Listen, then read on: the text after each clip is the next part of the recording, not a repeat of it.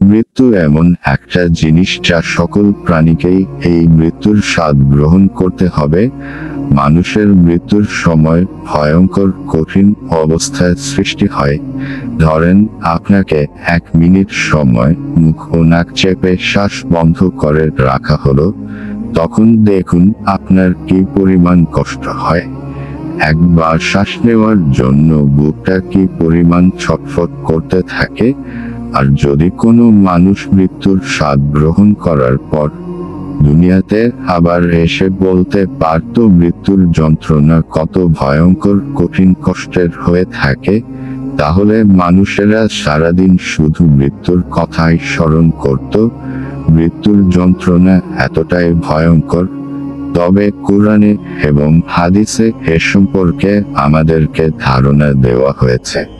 দুনিয়া নির্ধারিত সময় শেষ হলে শুরু হয় অনন্তকালের পথ।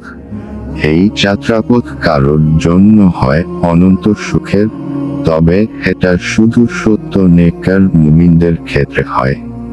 তাদের মৃত্যুর সময় আল্লাহর রহমতের ফেরেশতারা তাদের জন্য সুসংবাদ নিয়ে আসেন ও তাদেরকে সান্ত্বনা দিতে থাকেন।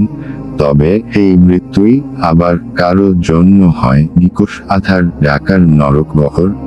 আর কাফের ব্যক্তির দুনিয়াবী জীবন শেষ হয়ে আখিরাতে পদার্পণের সময় হয়। তখন আসমান থেকে আযাবের ফেরেশতা নাজিল হন। তাদের চেহারা নিকষ কালো, তাদের সাথে কাঁটাযুক্ত কাফনের কাপড় থাকে।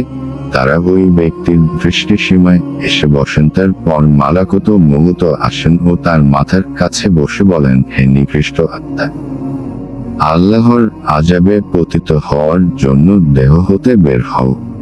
রাসূলুল্লাহ সাল্লাল্লাহু আলাইহি ওয়াসাল্লাম বলেন, কাফেরের রূহ এই কথা শুনে তার সমস্ত দেহে ছড়িয়ে পড়ে এবং মৃত্যু থেকে বাঁচতে সে প্রাণপণ চেষ্টা করে।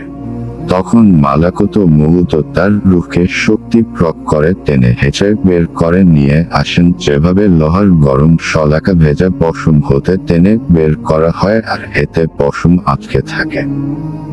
মালাকুত মউত রূহ বের করে আনার পর অন্যান্য ফেরেশতারাই রূহকে মালাকুত মউতের হাতে এক পলকের জন্য থাকতে দেন না এবং এই পাপী রূহকে ওই কাঁটাউক্ত কাফনের কাপড় জড়িয়ে দেয় এবং এই রূহ থেকে পচা লাশের ন্যায় দুর্গন্ধ বের হয়, যা মাঝে মাঝে দুনিয়াতেও পাওয়া যায়। হে বন্ধুরা, মৃত্যু যে কত কঠিন, ভয়ঙ্কর, কষ্টদায়ক হতে পারে তা এখান থেকে কিছুটা হলেও ধারণা পেয়ে থাকবে।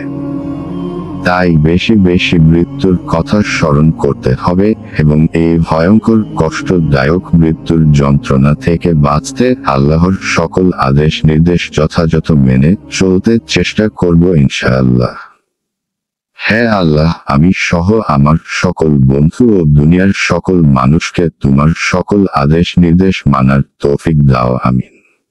ভিডিওটি একটি শেয়ার করে অন্য জনকে দেখার সুযোগ করে দাও, এতে তুমিও ইসলাম প্রচারের সওয়াব পাবে ইনশাআল্লাহ।